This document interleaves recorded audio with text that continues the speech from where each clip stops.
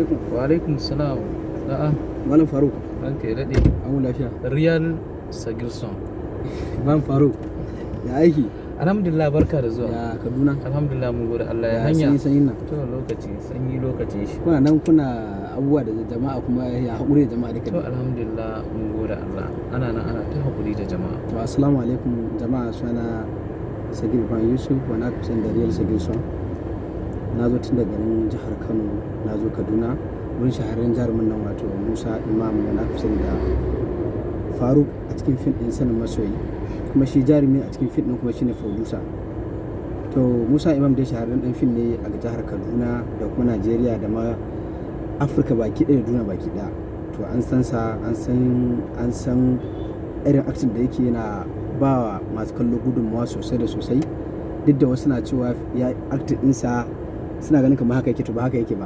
Musa Imam dai gashi nan ma tare da shi zan muku bayani akan sa da kuma wannan hali din cikinsa, kuma ya yake fama da fans da kuma yanayin aiki da yake yi. Malam Musa, masu sauraro suna jinka. To assalamu alaikum wa rahmatullahi ta'ala wa barakatuhu. Yan uwa da abokan arziki, kamar dai yadda kuka sani, sunana Musa Imam Faruk a Sanin Masoyi.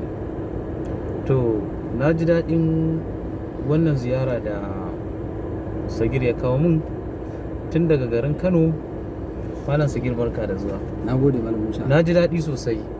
To duk da dai kafin in ce komai akwai tambayoyi da Sagir ya mun da yawa. Tambaya na farko shine, me yasa ba mu saki Sanin Masoyi episode 6 ba?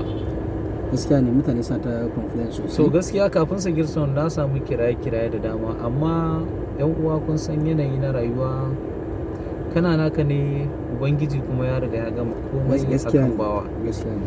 To gaskiya dakatawan da muka yi ba mun dakata ba ne don komai, don mu faranta muku ne.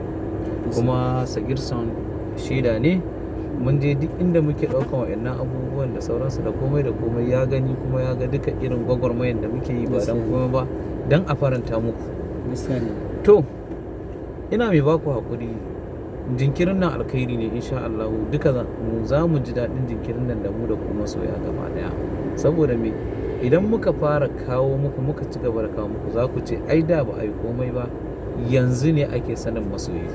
Gaskiya ne. To don haka ina mai ba ku haƙuri da ku yi haƙuri, za mu ci gaba da kawo Sanin Masoyi ba da daɗewa ba, amma ku ɗan ƙara mana lokaci kaɗan. Kawai dai ku kasance da Sanin Masoyi TV, sannan kuma a danna subscribe da ƙararrawa.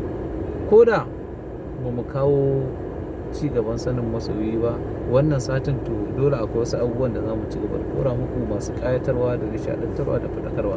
Balantana ma muna sa rai insha Allah in ba mu ɗora wannan satin ba, sati na sama za mu ɗora Sanin Masoyi da yadda ubangiji. Ku yi mana afuwa, yanayi ne na rayuwa, kana naka kuma ubangiji ya gama. To jama'a, Faruk kenan, wato Musa Imam wani kusan da Faruk a fim ɗin Sanin Masoyi.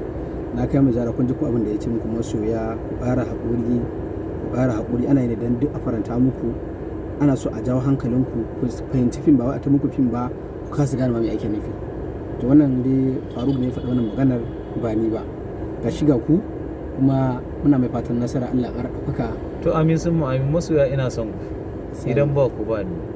Haka zalika duk abin da zan yi don ku nake yi, saboda haka ina godiya sosai. Kiraye-kiraye, gaisuwa, fatan alkhairi duka ina ji, kuma na gode, ina jin daɗi. Haka zalika ni ma ina muku fatan alkhairi, kuma ina son ku a koda yaushe. Ina matuƙar son ku sosai. Na gode da wannan bayan da ya muku sosai. Muna ƙara son ku da godiya a gare ku, kuma kar ku manta ku yi subscribe ɗin Sanin Masoyi TV, ku danna ƙararrawar sanarwa.